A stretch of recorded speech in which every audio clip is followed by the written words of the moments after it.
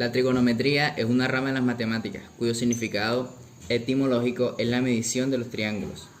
En términos generales, la trigonometría es el estudio de las razones trigonométricas: seno, coseno, tangente, cotangente, secante y cosecante. ¿Cómo surgió? Bueno, se dice que la historia de la trigonometría comienza con los babilonios y los egipcios. Estos últimos establecieron la medida de los ángulos en grados, minutos y segundos. Sin embargo, en los tiempos de la Grecia clásica, eso fue durante el siglo II a.C.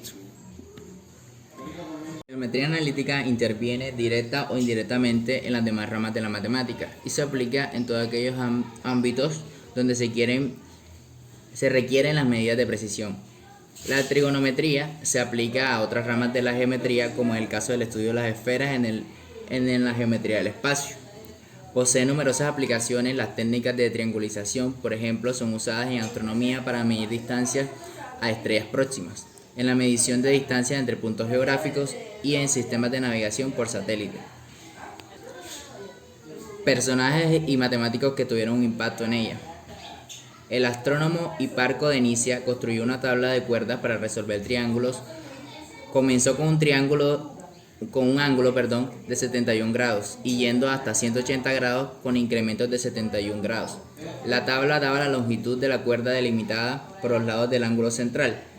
Dado que corta una circunferencia de radio r, no se sabe qué valor Hiparco utilizó para r. Otro personaje. Al mismo tiempo, los astrónomos de la India habían desarrollado también un sistema trigonométrico basado en la función del seno en vez de cuerdas como los griegos. Esta función seno era la longitud del lado opuesto a un ángulo en un triángulo rectángulo de hipotenusa dada.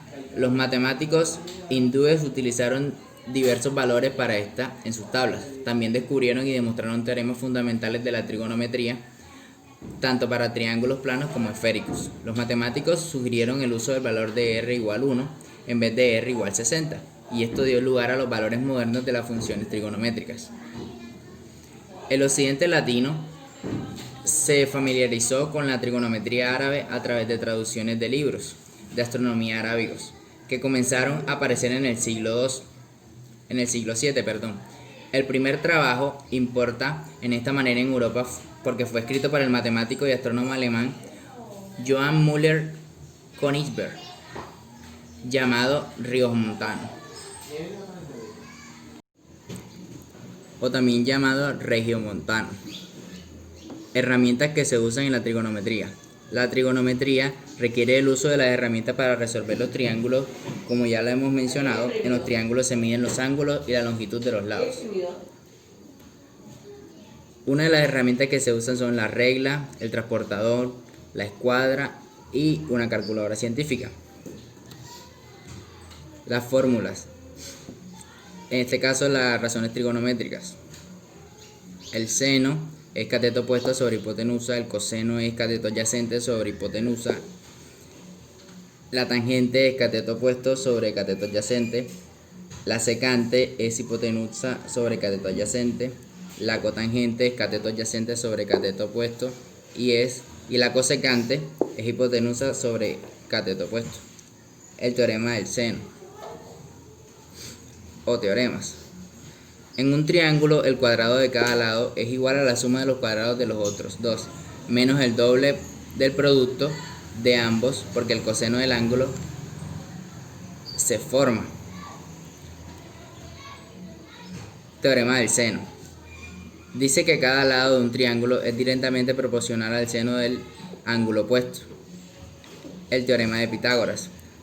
El teorema de Pitágoras dice que en un triángulo rectángulo la hipotenusa es igual a la raíz cuadrada de la suma de los catetos al cuadrado, y que en ese mismo tipo de triángulo el cuadrado de uno de los catetos es igual a la raíz cuadrada de la recta de la hipotenusa al cuadrado menos el otro cateto al cuadrado. Bueno, les vengo a desarrollar este ejercicio. Bueno, como vemos, siempre hay que tener en cuenta que las razones trigonométricas se aplican siempre en los triángulos rectángulos. Empezamos identificando los lados y nos damos cuenta de que siempre el ángulo recto, que mide 90 grados, está formado por los lados que son los catetos. Y nos damos cuenta que el cateto adyacente es el que está más cerca del grado y el que está más lejos es el cateto opuesto. Entonces nos damos cuenta o descartamos que este lado es la hipotenusa. Empezamos sacando las variables. Sabemos que la hipotenusa es 10 y que teta es 32 grados y el cateto opuesto que no sabemos cuál es o cuánto mide ese lado. Vamos a utilizar esta fórmula que es la fórmula del seno, que es cateto opuesto sobre hipotenusa. Entonces empezamos. Seno es igual a 32 grados, que es igual a x. El cateto opuesto es x, que no sabemos cuánto mide, y la hipotenusa, que es 10. Entonces la hipotenusa, como está aquí dividiendo, la pasamos a multiplicar.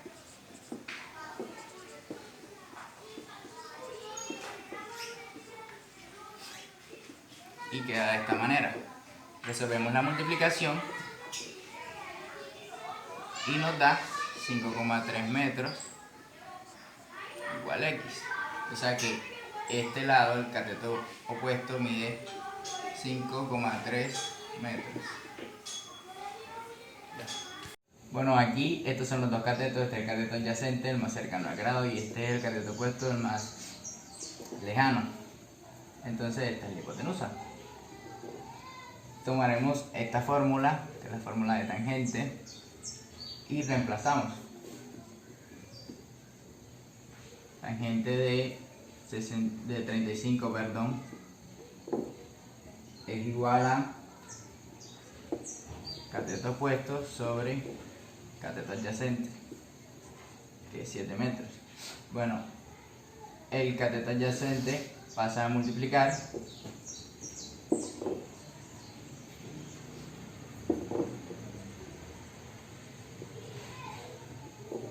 y queda de la siguiente forma. Resolvemos la operación y luego resolvemos la operación y esto nos da 4,9 metros. Y esto es lo que mide el cateto opuesto.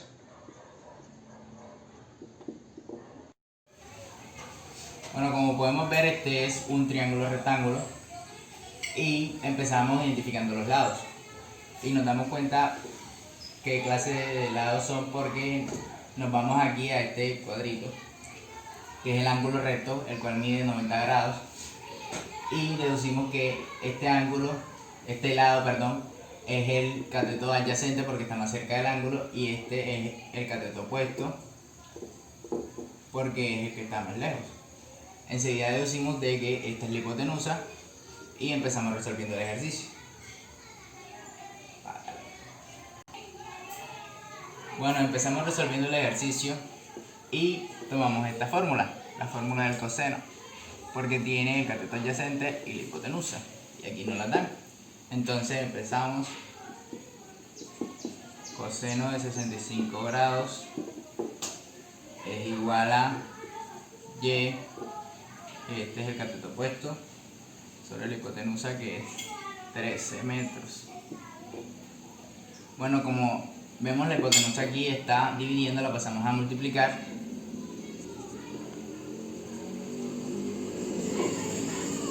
Y quedaría de la siguiente forma.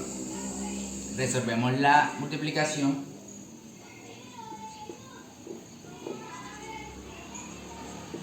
y nos damos cuenta de que este lado mide 5,5 metros.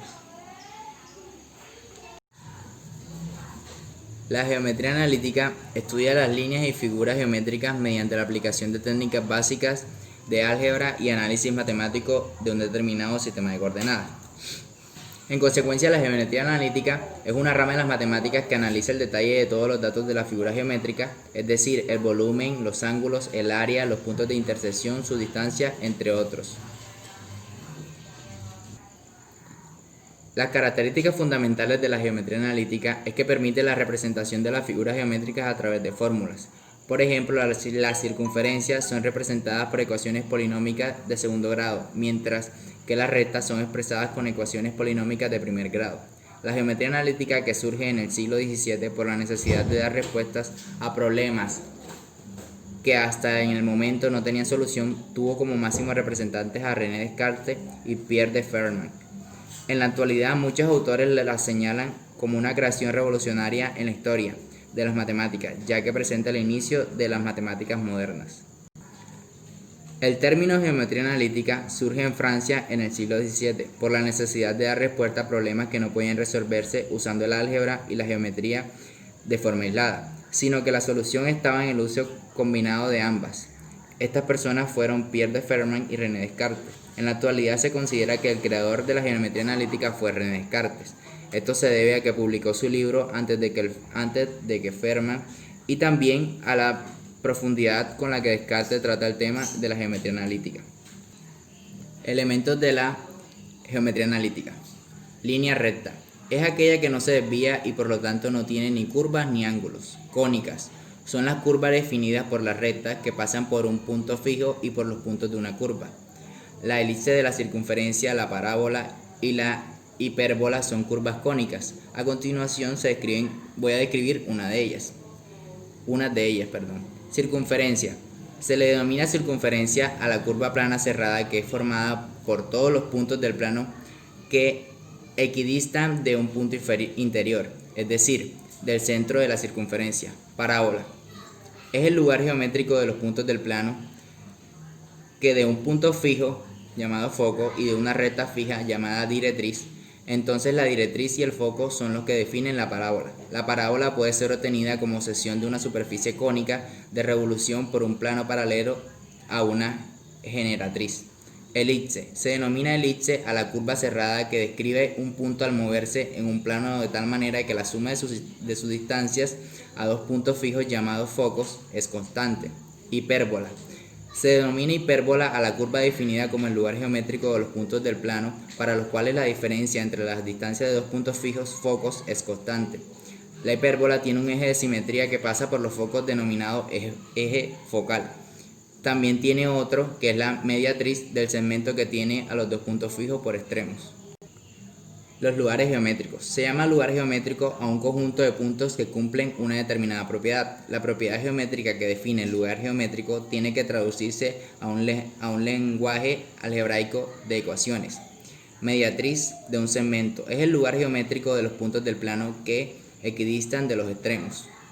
Bisectriz de un ángulo. Es el lugar geométrico de los puntos del plano que equidistan de las rectas que forman el ángulo. La geometría analítica es una de las herramientas conceptuales más útiles de la humanidad y hoy en día sus aplicaciones podemos verlas. Por ejemplo, los puentes colgantes, desde los antiguos puentes colgantes de madera hasta su versión moderna con cables de acero. El principio geométrico de la parábola se aplica en cada uno de ellos. Las antenas parabólicas. Las antenas parabólicas para captar información satelital tienen la forma de un paraboloide generado por su reflector que gira sobre el eje, persiguiendo la señal, y gracias a esto, la probabilidad de reflexión de la parábola. El disco de la antena puede reflejar la señal satelital hacia el dispositivo de alimentación. La observación astronómica. Los cuerpos celestes orbitan en una trayectoria que describe una elipse, como lo dedujo Johannes Kepler en 1571 a 1630, y una circunferencia como creía Copérnico. Dichos cálculos fueron posibles solo empleando la geometría analítica. La geometría estudia las figuras geométricas y obtiene sus ecuaciones básicas como son: las rectas se describen mediante la fórmula ax más by igual c. Los círculos se describen mediante la fórmula x a la 2 más y a la 2 igual 4. Las hipérbolas se describen mediante la fórmula xy igual 1. Las parábolas se describen mediante la fórmula y igual a x a la 2 más bx más c. Las elipses se describen mediante la fórmula x a la 2 sobre a a la 2 más y a la 2 sobre b a la 2 igual 1.